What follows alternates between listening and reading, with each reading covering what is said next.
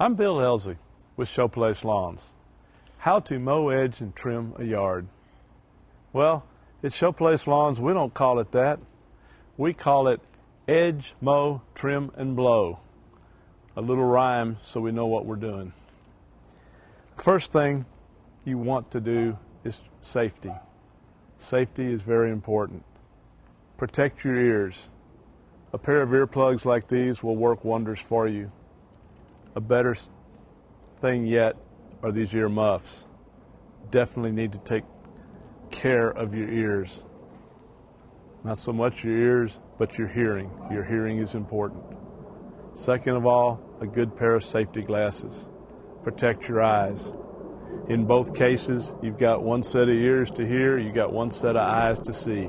Please be careful and take care of them by wearing safety glasses and ear protection.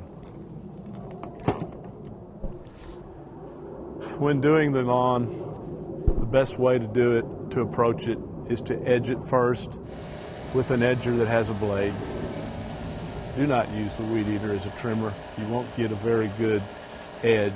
It'll wave around on you. The edger with the blade is your best way to go. Follow that with the mowing. Mow the yard one direction one week, a different direction the next week, a still different direction the following week, and you can change directions 4 different times.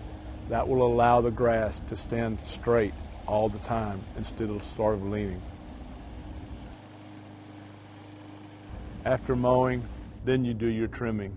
Trimming best that way so you can run across and use the mowed grass as your height and get a good cut even with the grass.